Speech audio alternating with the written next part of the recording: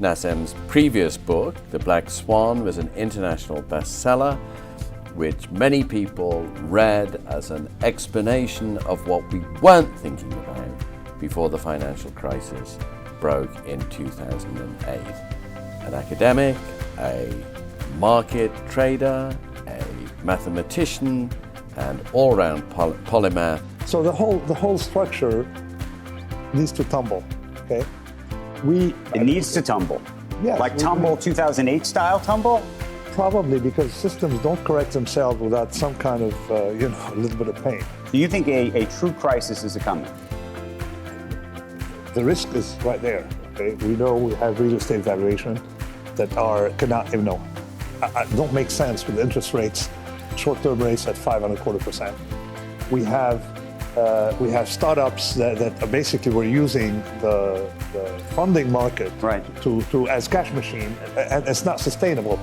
The stock market is another story because the stock market seems to have some, it's probably more robust than the others. This doesn't even sound like a black swan event. This sounds like a white swan. It's a white swan. You're saying event. it's right in front of us.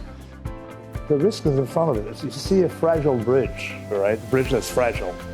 Okay, it's going to collapse at some point. Okay, so you need to fix it. How do you fix it? You got to reduce debt. You got to do a lot of cosmetic things that are not cosmetic. But first, I want to ask just for a backdrop for people who may have no familiarity with quants, with betting on tail events.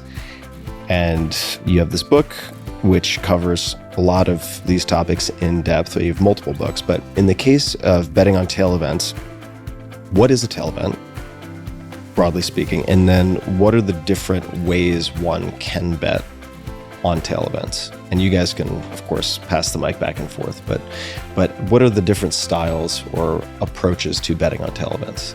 The thing I would say before he launches that the point is not to bet on tail events. The whole idea of the Black Swan, everything, I've been telling everyone, every person I meet. Is to bet on disruption, on unforeseen. To not be harmed by silent risk. Mm-hmm. Okay, that's the idea. The first thing is don't be harmed by it. Mm-hmm. But of course, given that when you study tail events, you say these people are ignoring these risks, so therefore they're risk in the system that people generate and don't see. Mm-hmm. Hence, you can trade on it. Go ahead. I mean, this is your department. Yeah, I mean, there's all sorts of different approaches, and I think it's when you talk about betting on a tail event, I would say that what Universa does and Empirica before that is I wouldn't call that a bet. Mm-hmm. I would call that a risk management strategy. Mm-hmm. And that, in a way, is what differentiates them from other hedge funds and traders who do what I would call, a betting, or taking positions based on a belief that something's going to happen. What Universa does is they are constantly taking on positions that will pay off massively in a tail event. So that their clients are constantly protected, and they don't need to make predictions. They never make predictions. There are two environments. One I call mediocre style, driven like if I take the weight of the people here, we put them on a scale. I'm sure in Dartmouth, the engineering department know how to build robust scales, And then we add to our sample the largest person you can find on the planet, the largest human being. It's not going to change the average much. All of us here, I don't know how many we have here, but say a couple of hundred, nothing. It's not going to make an impact on the average. But if you take the net worth and you add Elon Musk, Right. okay, it was $200 billion versus. So you realize that some domains, Elon Musk would change the average, and it would be a high percentage of the total. So this is the effect of fat tails. And you got to figure out which domains produce fat tails and which domains don't. So we have a tableau. In the Black Swan, I did that years ago by saying this is the domain. Socioeconomic life is driven by fat tails. Your weight is not driven by fat tails. Like there's no meal you can have that will represent 98% of your annual consumption. You can try. I mean, you die, I think, after the first 2% or something like that. You die after the first 5,000 calories, so you can't reach. So, but you can lose all your money in a minute. And that's a recipe for disaster. Nassim and his group were saying, take action now. If you wait around to sit tight and assess, you're screwed. Exactly. Because If it's you too must late. panic early. Panic early. If you is- must panic now. So it's Yeah. like in finance, and you get out now. Let's assume that you're in the 19th century and you're an opera singer. Okay. You're an opera singer in Boston or in Naples. You're protected, you have a job. Because the great opera singers in Milan at the Scala, which incidentally is very small, and the great opera singers at the Metropolitan, they can't compete with you because they're over there and you're here. See, so you have, some kind of protection. Therefore, the income of opera singers is going to be similar to that of dentists. Some dentists make a lot of money, some make less money, but the greatest dentist doesn't make much more than the average because, of course, you can't scale it. You can fill up the Scala, you can't, do more than that.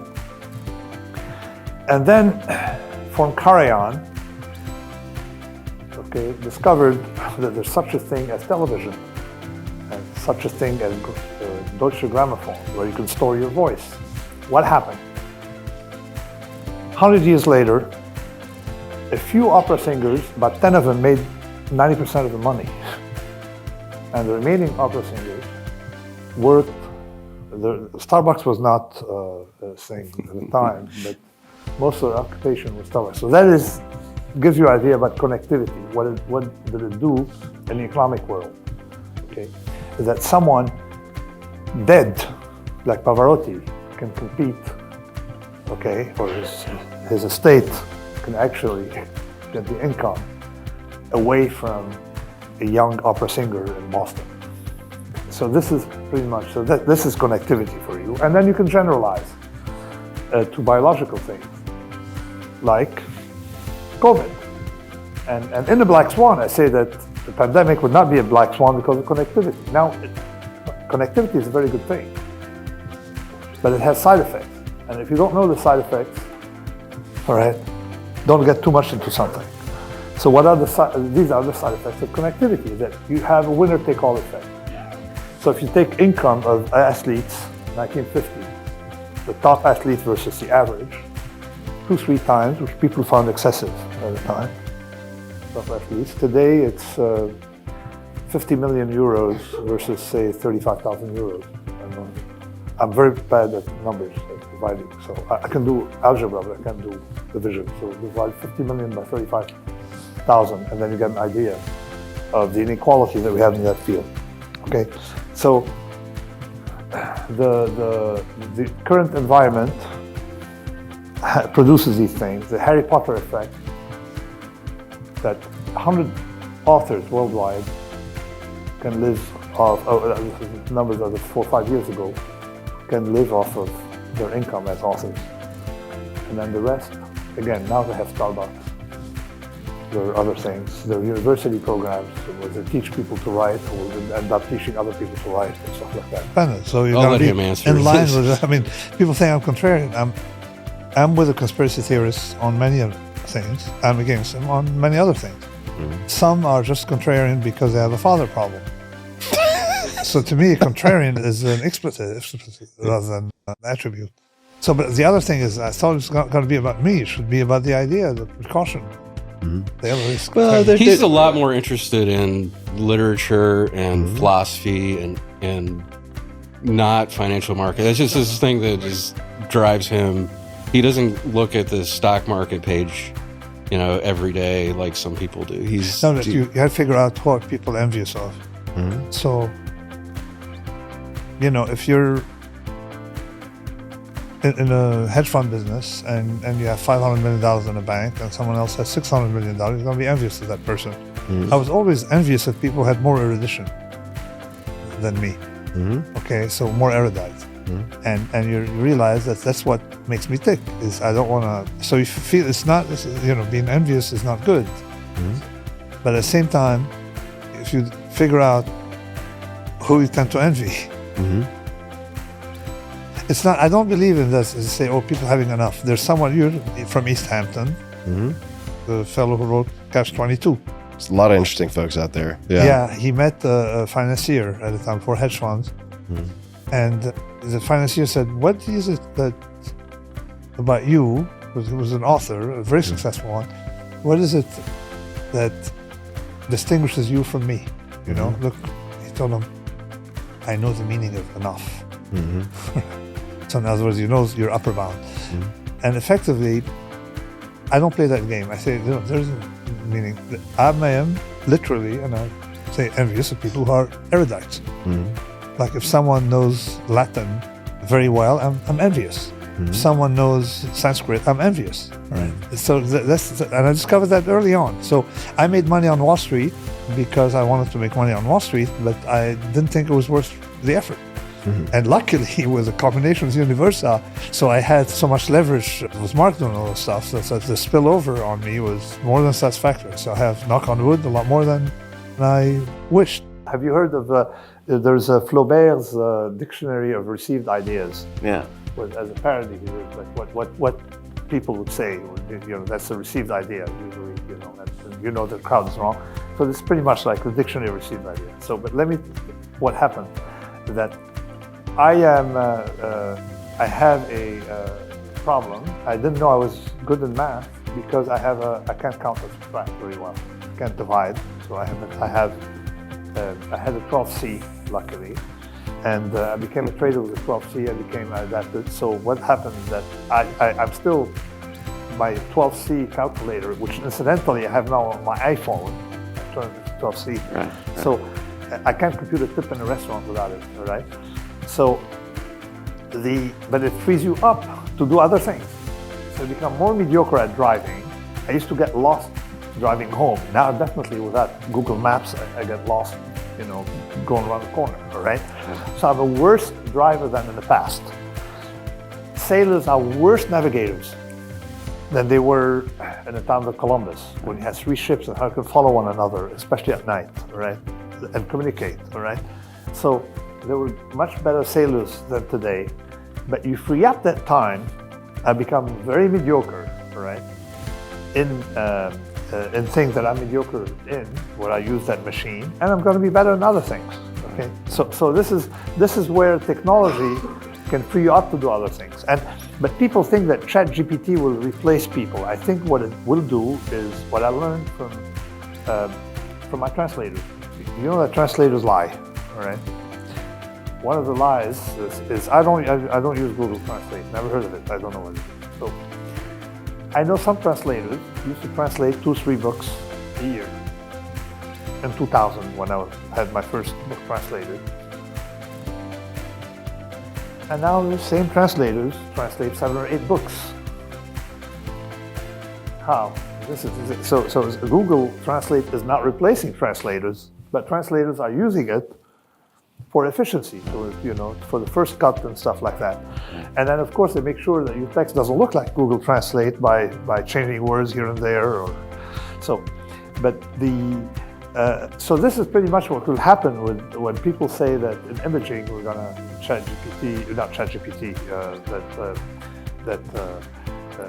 pattern recognition will replace radiologists. It probably will have fewer radiologists, okay? Because they could process maybe 100, X-rays a day versus 10, okay? And this is where it's very useful. Right. Or there are parts of the world that don't have radiologists at all, and now will. It's parts of the world. Oh yeah, because you have one radiologist service a lot more. So it will bring down the cost of medicine or make it more efficient. Right. But it will free up medicine to do other things. Like focus on headaches, for example, or maybe curing bad humor. Right. That's to me, whatever. Things that are more important. I mean, very important, but completely neglected. So it frees you up. Like driving, Google Maps freed me up to compose maybe, other things. I became worse now at composing spontaneously a condolences letter, but I know now I have a format for, what Sunni, this is the optimal format. This is for Shiite, this is for Maronite, this is for Greek Orthodox, this is for religious Jew, this is for secular Jew. So I have the format. So you see what So I'm worse writer for condolences letter, but probably I have more time to write aphorism on Twitter. And your prediction was right. Can you foresee any other crisis Yes. that will happen in the near future? Yes, unfortunately, there's this debt crisis. I mean, of course, unless you strengthen, you modify that bridge. We have a fundamental problem at the core of capitalism that will blow it up, and it's what I call the agency problem. This asymmetric payoff I have. A manager of a company gets bonuses, but no maluses. So the stock market now is down about, in Western Europe and the United States, between 20 and 50% in France. Okay, the stock market is down so much, but all the managers are rich. See, because they have the upside no, that's asymmetry. Upside no downside. So that asymmetry plus debt is going to blow up capital. It's not what it's meant to be. So unless we, and it doesn't look like, from what I see happening, this is going away. As a matter of fact, it's getting worse. Banks are benefiting even more from that asymmetry. They're making record money, and people are unemployed because of their mistakes. So those who are making the money are not paying the price of their mistake. The circumstances that prevent them from taking a certain percentage of their assets and allocating it to something like a Universa so that they are less at risk in that way. They just don't have to do that. They could just avoid some trade. But let me explain to you the dynamics of the bonus system. And this led to my book, Skin in the Game, later on. If you have skin in the game, you're going to worry about blow up because it's your money. If you don't have skin in the game, you're CEO of a company or you're a fund manager, and any kind of financial venture, what is your incentive? Is to print good numbers, because you don't pay for the downside. So you print good numbers, you collect money on the profits. Annual bonus. Annual bonus. So this I call the incentives. generalized Bob Rubin trade. Generalized Robert Rubin trade. He made $100 million at Citibank or Citicorp, Citi something. Over 10 years, about 10 years, he collected $100 million in compensation. The bank was insolvent in 2008, near insolvent. It was for the taxpayer. And it was the last minute. All you had to do is, write an apology letter. We didn't see these events. It was a Black Swan named after a book by a very, very stubborn man. Okay, so something like that. So that's all you have to do is say, I'm sorry, right? You keep your bonus. And I'm in you the don't wrong show business. up to work. So this you can generalize. It's the same thing with supply chain. With the supply chain, a lot of firms concentrated everything on one supplier instead of being diversified. What did that lead to, right? Okay, better bottom line, but what I call pseudo-efficiency, because they're short that option, and it so happened that if their supplier is in Wuhan, guess what? You got a problem, all You right? got problems. That problem doesn't show in the numbers. It shows after it happens. It's the dark side of optimization.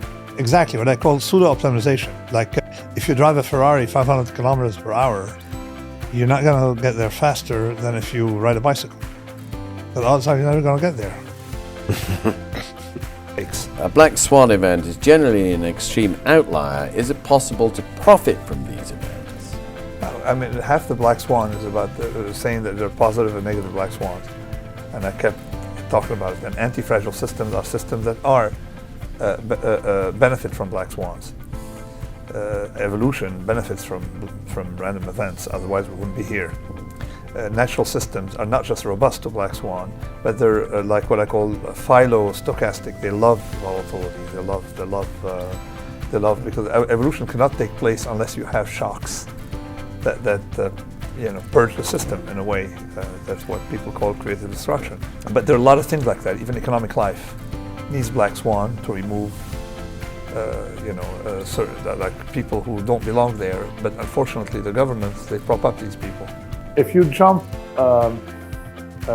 say if you jump 4 meters, you're gonna be harmed a lot more than 4 times if you jump 1 meter. Do you agree?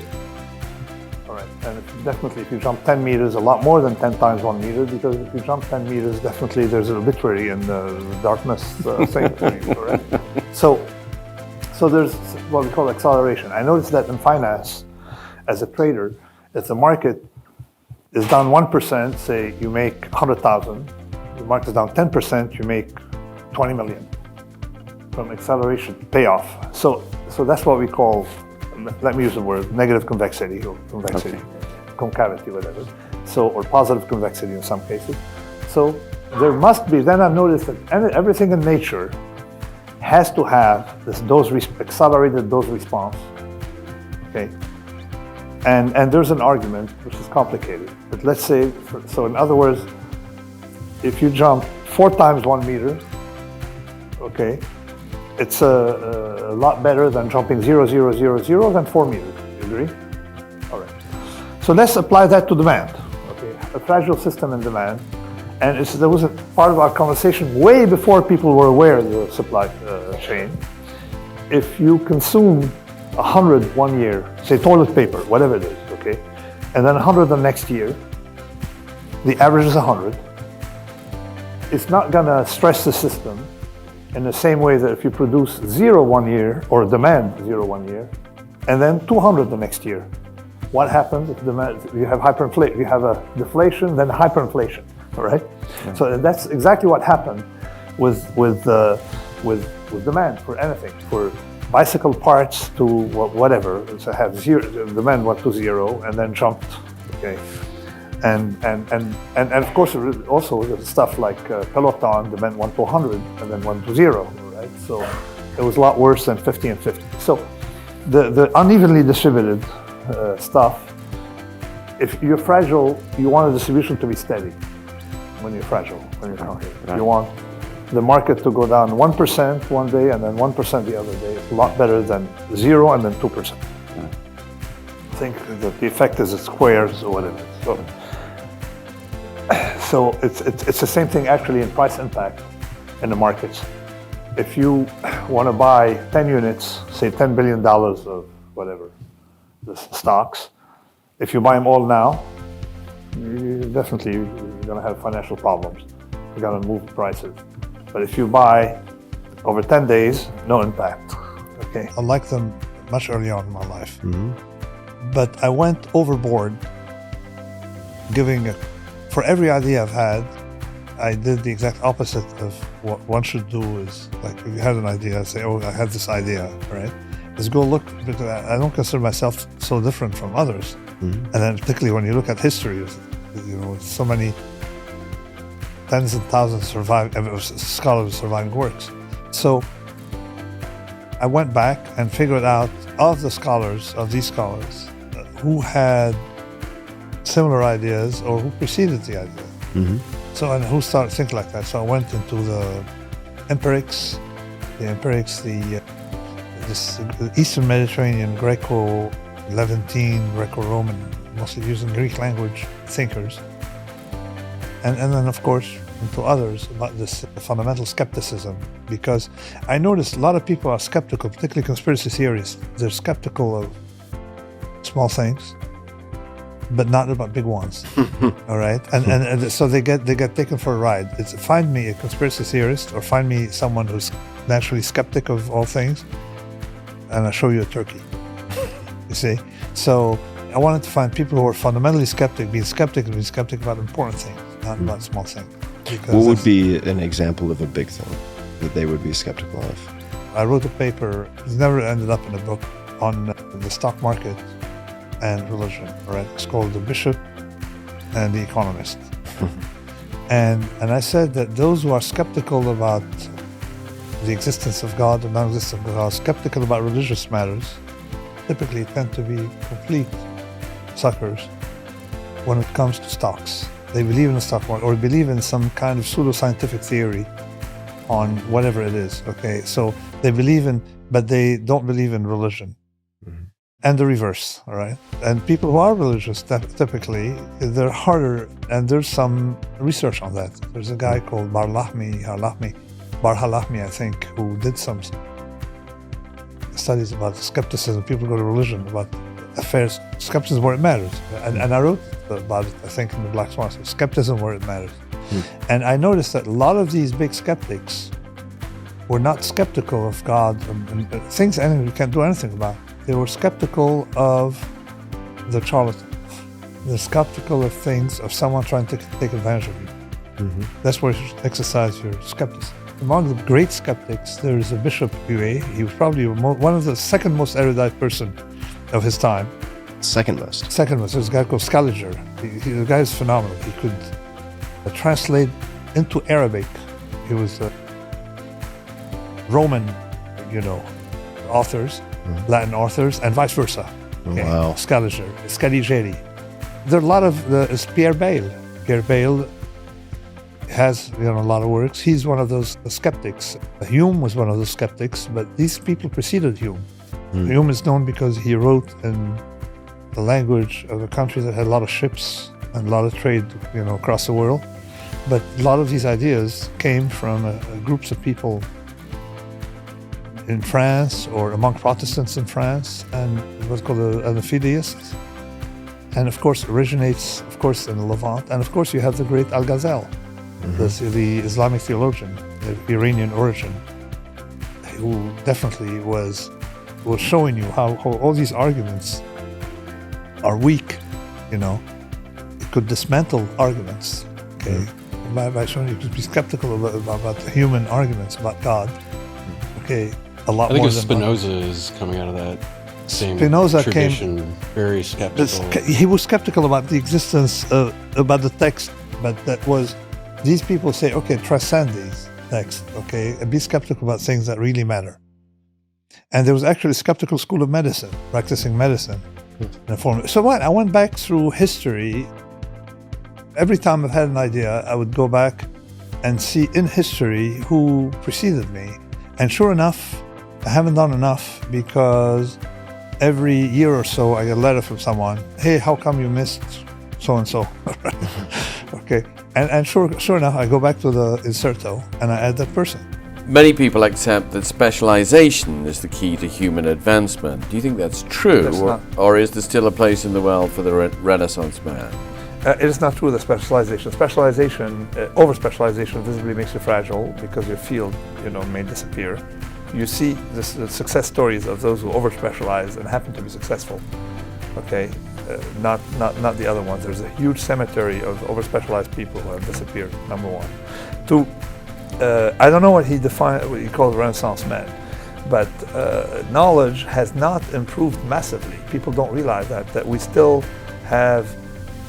You have the impression from seeing that you have about 1 million papers in social science, okay, that we have advanced knowledge. We have not. Read Seneca, and you'll see that in the moral sciences and a lot of fields we have not advanced that much. In a complex domain, we have not advanced that much. So being a generalist, as people were 500 years ago, is still feasible. Let's begin, if we can, with the 19th. Yes. Rewind the tape. Okay. Where were you? I was at what First were Boston. you doing? I was at First Boston, and I was an option trader, and I was trading a lot of things, mainly fixed income options and currencies. And currency options were extremely inexpensive at the time during that period for some weird reason, particularly for out-of-the-money options, for options that were remote. So I had accumulated a few of these. I also accumulated a very large amount of out-of-the-money options in treasuries and in short-term fixed income, for no other reason than they were much cheaper than I had seen in the past, and I was happy buying them there. So I had a large portfolio of these, and I was effectively short volatility. People don't fail to understand that I would have been harmed by a small move. You see, I was set up to be harmed by a small move and gain, if the move continues to something very large. And it was a very nice way to earn money if nothing happens, lose money if something mild happens, and of course make a lot of money if something huge happens.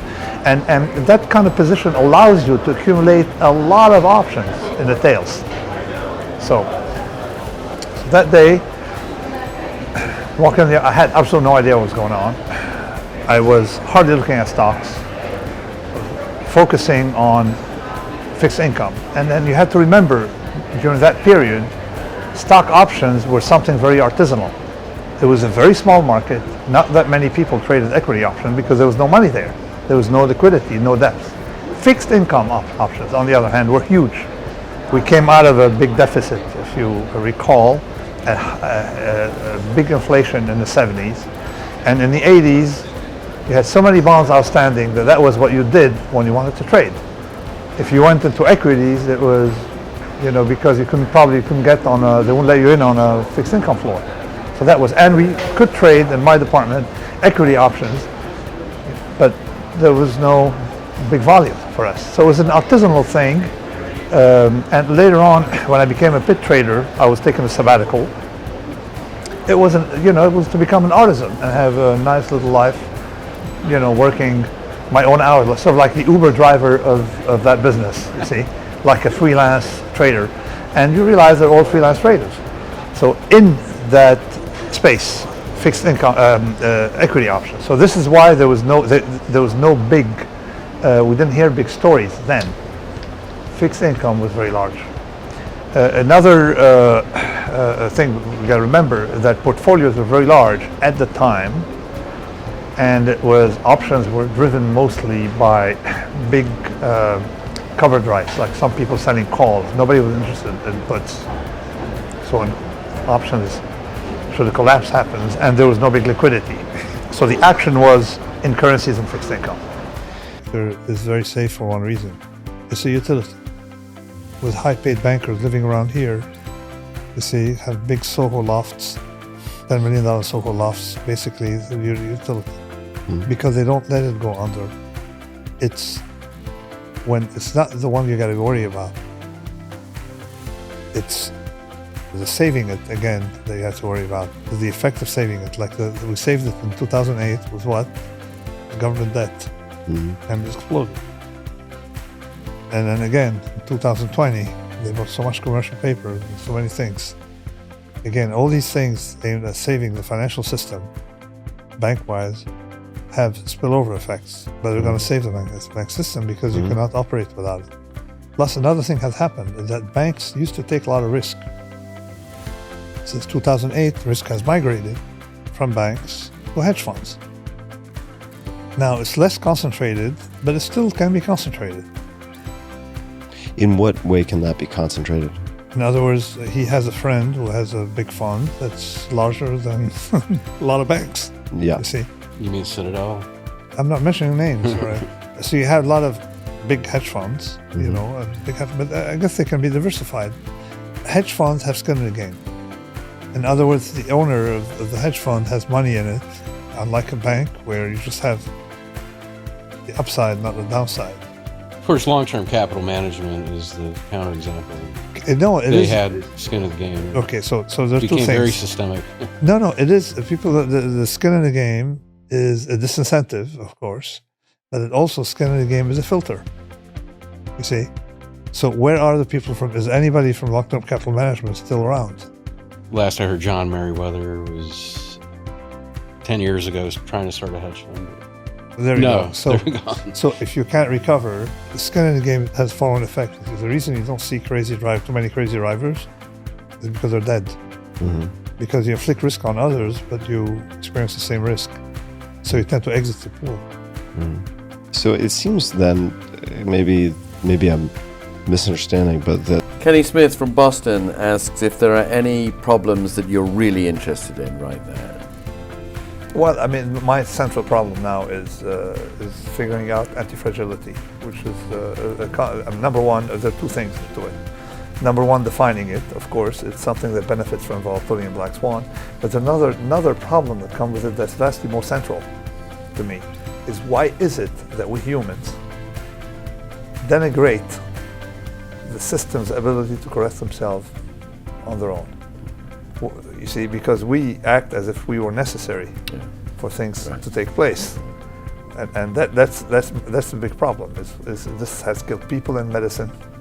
Human intervention when Mother Nature can do a better job. We always tend to think that we're smarter than nature. We have that bias. So this is the problem I'm working on is how to mitigate that, how to replace that instinct with something that's not as harmful. Now, at what point during the day did you come to realize what was actually happening? At no point. When you're trading, it's like in a battle. You see, sort of like when I'm on TV. When I'm on TV, I don't know during the episode what's going on. It's later on that I realize, what I said. You see, you're concentrating. So like you're solving a math problem. You don't know your surrounding. But I remember it was a state of heightened concentration. I was 30 years younger. It was 30 years ago. So you can imagine you're in a state of concentration all day and didn't eat, knew something was going on, but didn't think about it. Didn't think about it in these terms. But you saw prices going down. I saw prices going And down, and they volatility. kept going, and people were panicking. Hey, it keeps going, and someone came to me and made a remark. He said, "Don't they know that Six Sigmas are something you don't observe more than once per lifetime?" I said, "No, the market doesn't know it." I remember that was a joke. The guy was visibly suffering, and in his own portfolio. But I was concentrating. It's very strange, these things, when you concentrate for 8 hours. And in my career, I've had 6 or 7 of these. Like when Saddam invaded Kuwait. So I had to go to the office at like 2 a.m. And I remember it was a state of concentration for about 15, 16 hours.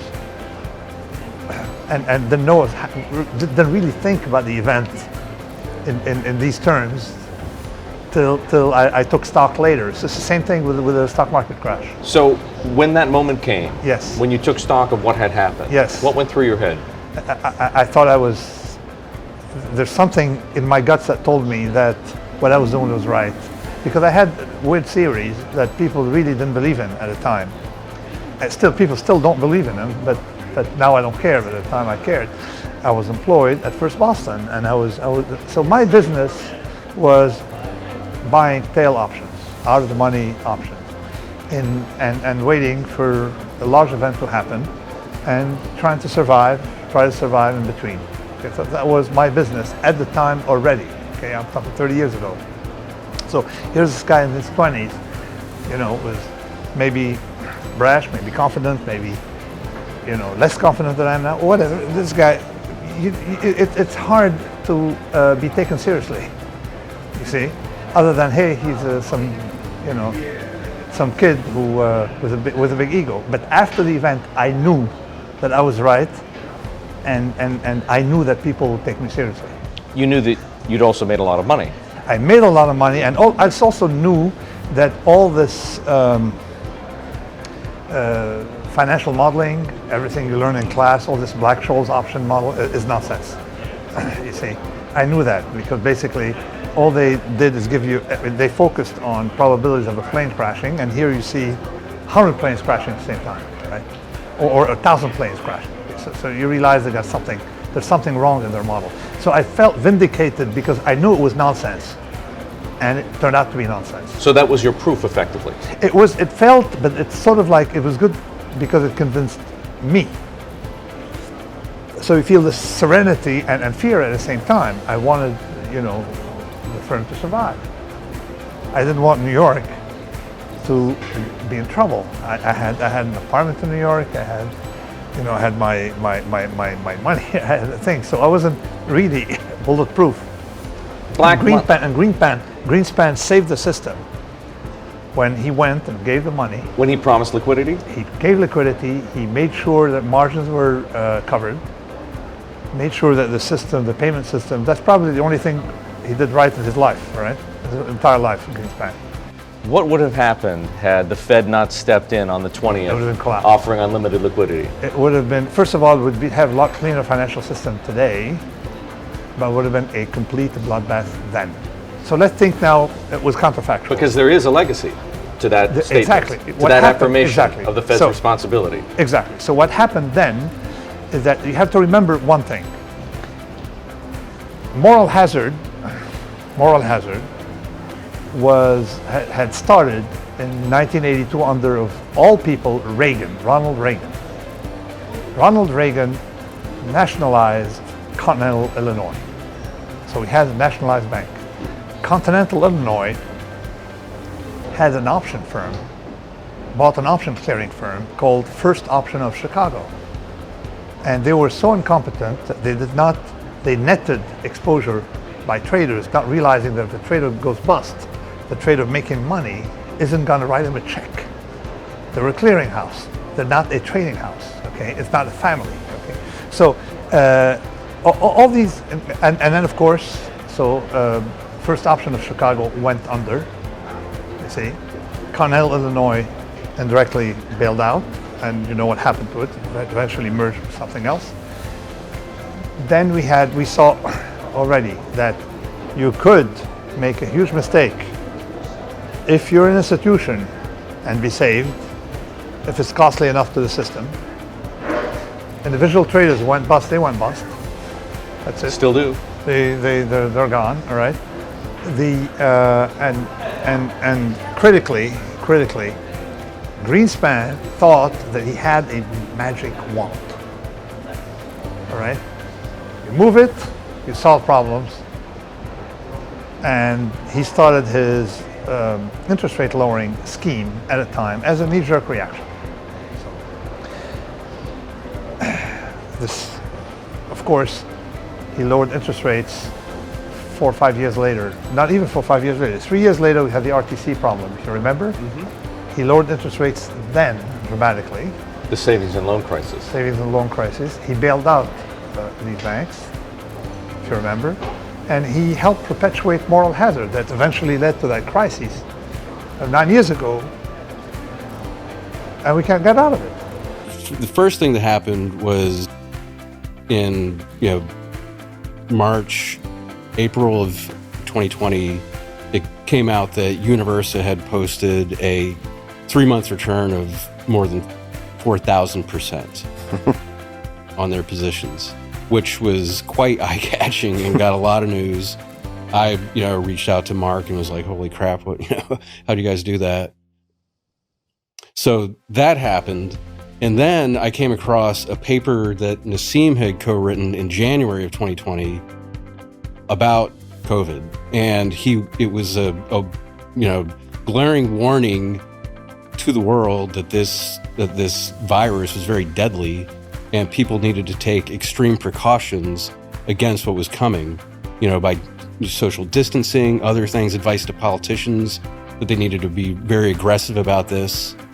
And it kind of occurred to me, I know Nassim and Mark for a long time, and I thought, these two guys, we're in a period of extreme duress where lots of people are just kind of looking really bad. They're collapsing, they're losing money, they're making really bad decisions about COVID. Everybody is confused. These two guys seem to be coming out of this period of really, insane period, looking very smart. So I thought, what is it about their worldview that allows them to go into a period that makes a lot of people look dumb, look very smart? There's something about that, that can map from what Universa does to what Nassim does. And it's this view of the world of black swans, of extreme events, of being prepared for them. And know what class of events you should be prepared against. In other words, which know he had been where thinking they can about be for coming years. from. And pandemics, for me, was something I was working on since 2007. They even discussed it in the Black Swan. That what you have to worry about is a pandemic for financial meltdown because of connectivity. We're no longer like in the 1800s where you have a crisis here and not there. Everything's so connected. And it's exponential. And that's in the financial world. And the same thing in the physical world. You see, if you don't believe in MMT, the binge that we had at zero was much larger than any binge we've had in the past. I mean, if you really do believe in comeuppance or hangovers, however you want to characterize it, exactly. We haven't had it because this has been the mother of all binges, but we haven't seen it. There are people, Nassim, that they argue with me all the time that the strength of the dollar, that they don't think it's ever going to change. So we're able to print. We're the country of record on the entire planet We have this ability to print that's never going to go away, so we can spend as much as we want. Yeah, I mean, that's the MMT people. No, MMT made no sense, but people like bought into it because it was, again, it was You can make a case for it because we can always print money because we are the dollar is the standard for the world. Yeah, I mean, the Germany was a power, okay, and they printed, okay, so it's not like We've seen it. I know they seem to ignore history. They don't have history books. I sent them a picture of a wheelbarrow full of cash when they argued. Nassim, though, to the extent you're right, and one of the things you did ahead of 2008 was you hedged. The question is, if you were an investor today, given this fragile bridge, what would you do? It depends. If you can't tail risk hedge, which is, I'm not going to sell tail risk hedging because You can try to sell tail risk hedging if you'd like. But if you're an individual, you have to be stay away from the two businesses you got to stay away from. New technologies, okay, particularly the ones that connected to AI, because it's going to be very unstable, and the other one is real estate. And if you're a professional in the market, make sure you're not naked long stocks. Right. I mean, it's very simple. You take a firm, you see how many suppliers they have. Well, odds are that in 2003, they had 18 suppliers for a product. But the accountants over time made them get one supplier in Newhant, or Converge, all right? Like a very large firm that I know had 15 suppliers and now one in Newhant. Okay, but of course they deserve what happened to them. Yeah. Okay, but because it was cheaper, but things are not cheap. But there's a middle way. What's the halfway is if you need supplies, make sure that all your suppliers are not in the same basket. Okay. Right. All right. Diversify. It's one-on-one diversification. Okay. So. And skin in the game. And skin in the game, of course. If you lose the other, so there's a lot of things you can do. But then, as a society as a whole, I think the job of the government is to protect us from tail events. That's my definition of government. That sort of, some people think the government, like in the EU, should meddle with how much energy your vacuum cleaner uses. I think that the rest of things the government is there for pandemics and things like that. Okay, that we have a reserve for oil, but we didn't have one for chips. Right. Right. We have so you have to or identify. Vaccines. We didn't have a reserve for vaccines. Oh, we didn't have. We weren't planning for this event. That's right. And the only intelligent person, because from 2013 on, Yaniv Baryam and I went talking to people, tell them, listen, the pandemic is coming. Are you ready? The only place where these people had a game plan that was very precise, Singapore. Mm-hmm. And guess what? And the person retired, so it wasn't as good as when he was there. Phil something, right? He was head of civil service in Singapore. And he knew, he said, yes, and then this is what we're doing for this. And he taught us, basically, we learned more from him than our argument. So there are some places, but not the job of the government is to have contingency plan in case of pandemic. And we know we're going to get that big one. I mean, COVID was very bad, but it was more like a dress rehearsal for the real one. Think about it, the antibiotic resistant strain, right, that once it's out, Yeah. Plus, with aging of the population, it will transmit. So there are things that will, that you got to consider. The problem is epidemiologists. I hope I'm not offending too many people, but epidemiologists, their models were using Gaussian. They were not using, power law tails.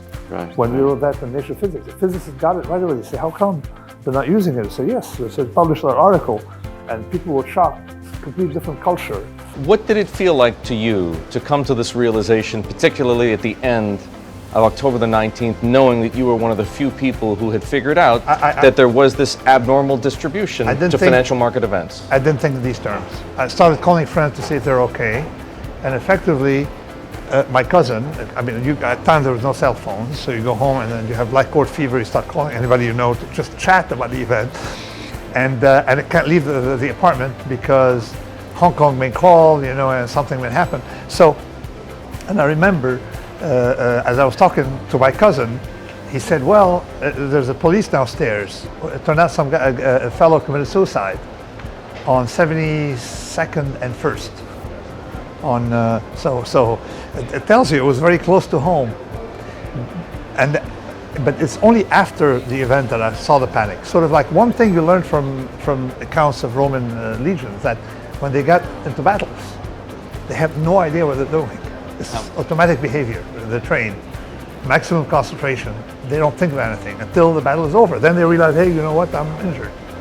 So going into that day, do you recall what the size of your positions was in nominal terms? It was, okay, so to go back to the notion of nominal, it makes no sense to talk nominal because I was accumulating a lot of tiny options. I see. Tiny options.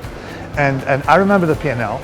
In today's terms, it would be for the firm, something substantial in today's terms, but at the time, it was not the same. What was it in dollars? Compensation was not the same. It was in the tens of millions, mid-tens of millions.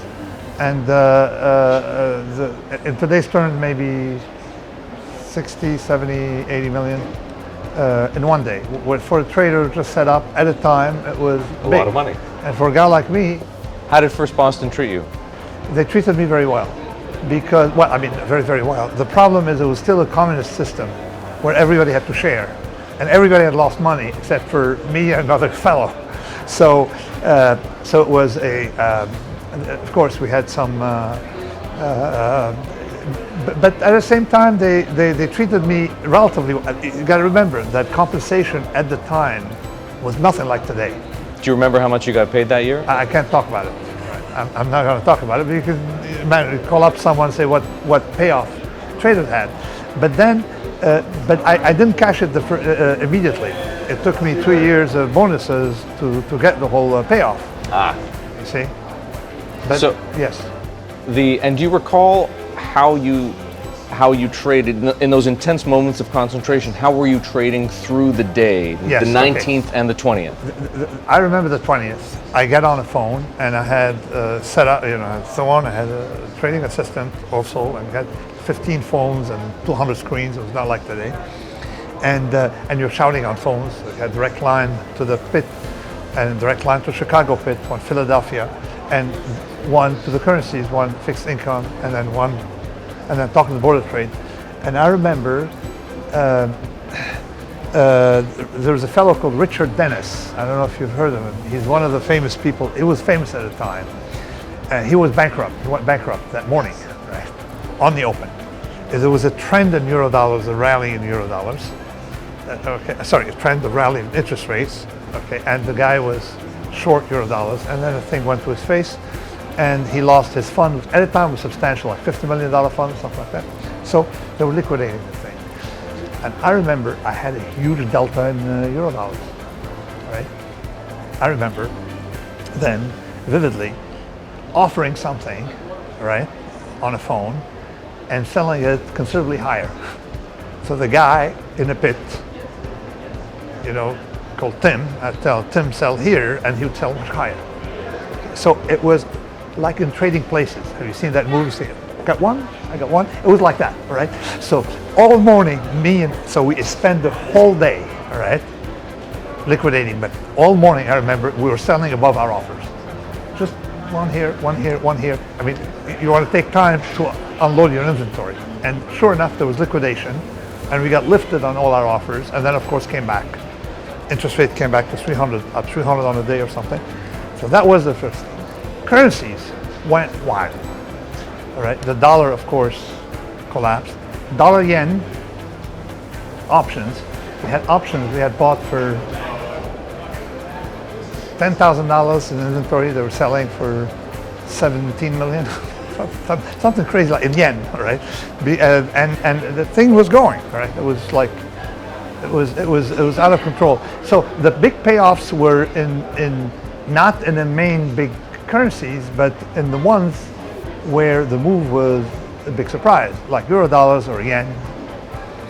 Swiss franc had high volatility relative to others. It wasn't as bad for participants in that. Let me go back to COVID. In a way we were lucky, or COVID was a bad thing. It killed 20-some million people worldwide, very bad.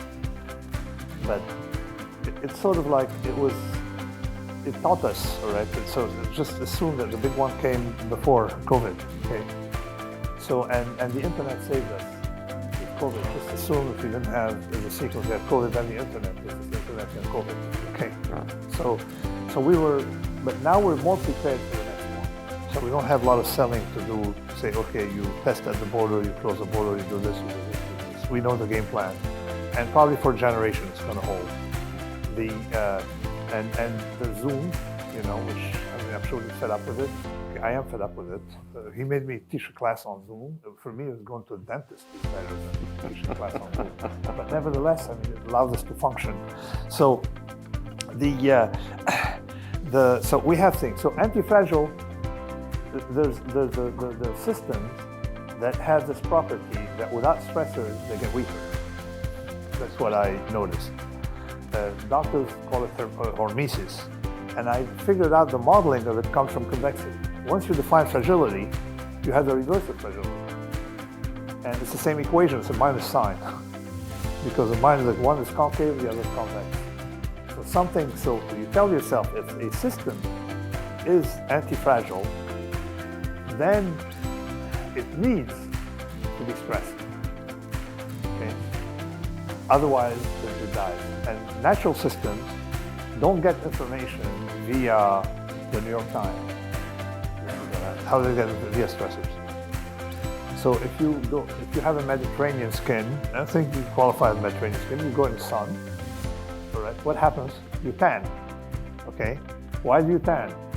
Your body gets a signal that this is the intensity, so it's protection for 10% more intensity. I'm sure you have a gym here. You know, you have a gym in Dartmouth, there's a gym. You go to the gym, you lift 100 pounds. What happens to your body? It prepares for 110 pounds, upregulates. So there are a lot of things. And now, it tells you what is the converse of it. The bad news is that if something needs stressors and doesn't get stressors, what happens to it? It weakens. You see? So just assume that if you spend 6 months in bed, no stressors, no germs, nothing, no classes, no Starbucks, no wet coffee, nothing, right? You're in bed for 6 months. And then you get out of bed. What happens? First of all, your bones, would be weaker. And of course, you're gonna first germs.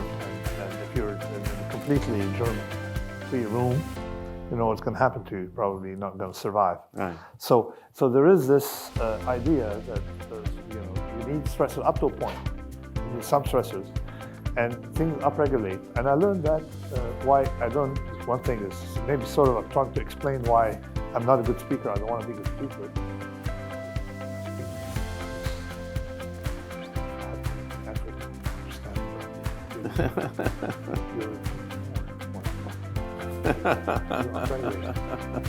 So is that the government has, because of the zero interest rate policy, has accumulated debt, but there's a lot of that swelling of assets. There's a lot of profits for the government because you know there's such a thing as income tax, capital gains tax.